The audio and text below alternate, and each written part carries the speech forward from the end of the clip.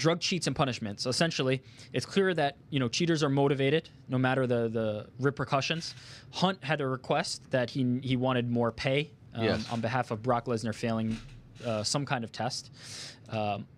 What should be the punishment? And now this person is proposing a suspension plus the win money because Brock Lesnar tested positive and won, should go to the opponent, every penny, and then they should get a loss. Is that too harsh? Is there a middle ground? What should happen essentially in this situation? Because there isn't a repercussion from the monetary side yet. Well, there is. Here's my big takeaway, though. The real question that we should be asking, the real thing that we should be talking about is, why is someone getting tested before a fight and the results are coming out after the fight? That makes no sense.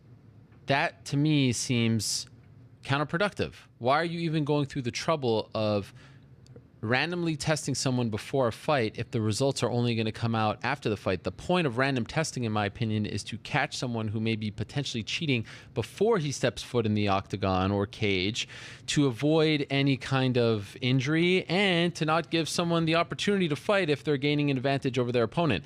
If you're going to come out with the results after the fact, then what the hell was the point of the whole thing?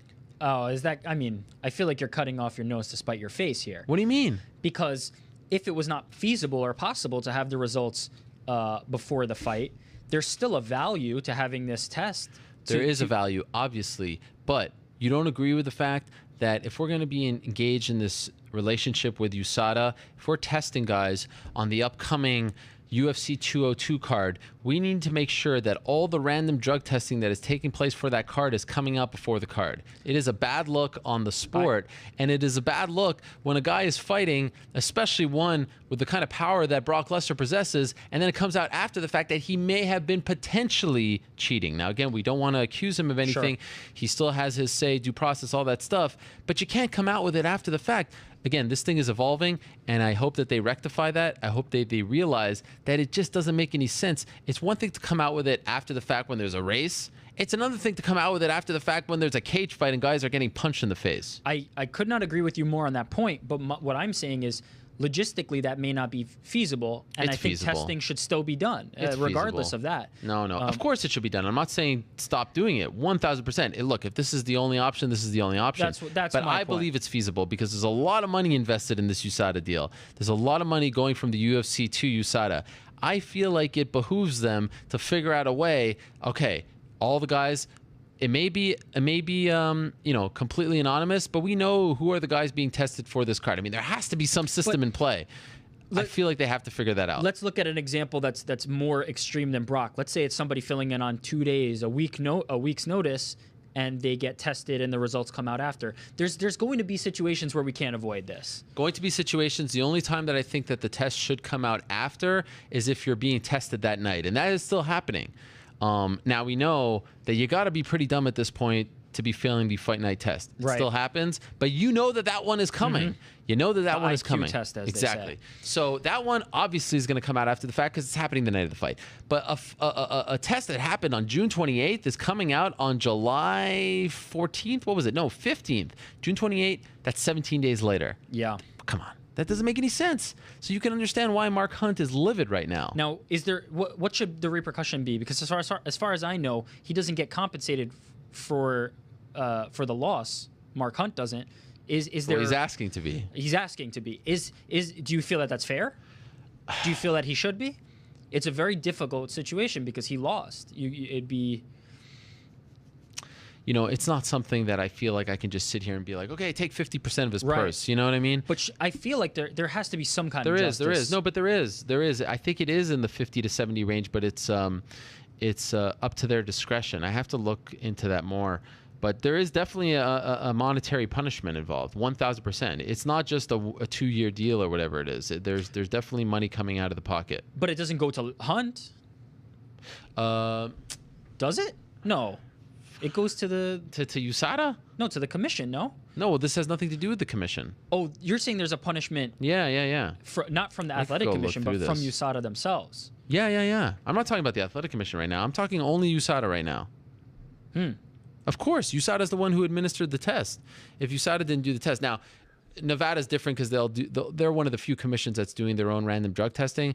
But if we're in Hidalgo, Texas, and someone fails, the Texas Commission ain't doing, pre-fight drug testing at a competition 4 weeks before. I'll look through this. I know it's there. I just don't want to pass along the wrong number. Sure. But what Hunt is bringing up is interesting. He's saying, look, this guy went in there and won and was potentially, now he's not going to get it now because there's still that due process, the B sample, et cetera, et cetera. But he does bring up a very good point that no one really brought up before. Like, look, I should be getting this money now. That's the least you can do. The punches aren't going away, and that's the tragic part. That's the part that people overlook. The punches the damage that was inflicted upon him will never go away, and who knows what it did. We'll never know. Sure. Do you believe, on a whole, that the UFC regrets, partnering really with USADA? Oh, I thought you were going to talk. Okay.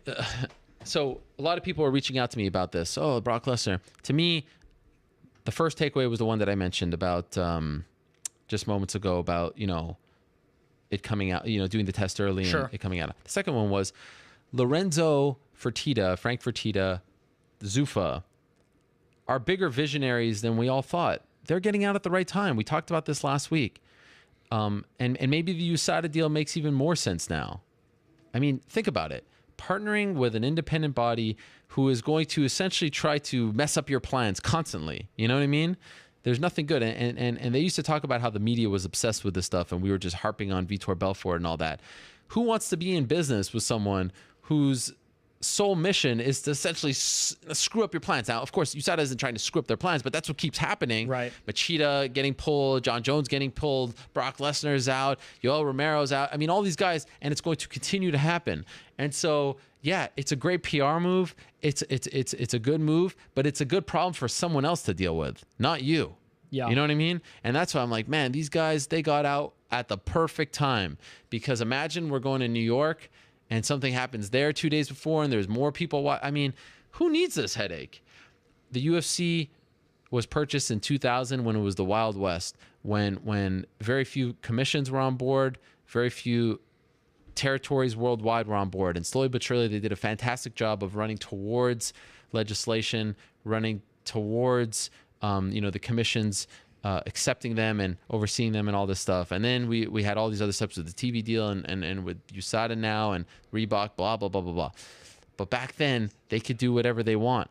It was their show. There was no talk of Ali Act. There was no talk of class action lawsuits. There was no talk of unions. There was no talk of USADA. There was no talk of any of this stuff. It was their show. They were the only game in town. And that's why when I hear someone like Campbell McLaren say, what's the point of Bellator? I get that you're involved in a sort of competition with them. Although, let's be honest, Bellator is over here. Combate is over there. That's just, they've been around longer.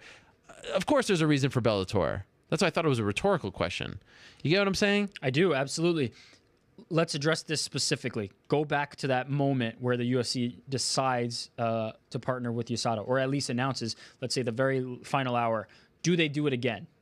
Knowing what they know now, seeing how it's played out. They do it again because they were planning on selling it back then, in my opinion. And you think it was necessary? They didn't wake up overnight and say, we're going to do this. Is someone buying them for $4 billion with or without USADA? I don't know. But I feel like it's been a nice bit of PR. It's something that they could say we have the strictest drug testing program in all of sports, and they are right. Yep. And then let's let someone else deal with this problem. Fair enough. I don't think they want to deal with it on their own, on a daily basis. It is a nightmare to run this sport.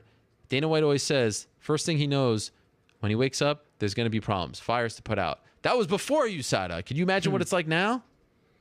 Yeah, 5 press conferences a day is what it's like now. Okay. UFC 200's pay-per-view buy rate. Any latest on that? Do we know anything further? I believe Dave Meltzer reported last week that it was in the low millions. I had someone call me up and tell me a number. I don't know if I could believe it. It's high one source. Or low? This is not my wheelhouse. I don't have sources in that world, so I don't know what the motives are. So I'm going to stick to Dave on this one. I will say though, I was surprised at the number. I will say that. I will also say that, if it was Meltzer's number, kind of what I expected, right? I mean, yeah. I don't think, look, it's very hard in 2016 with the amount of shows that the UFC puts on to put on the mega show and to make it feel special like UFC 100 did. It's just a different era.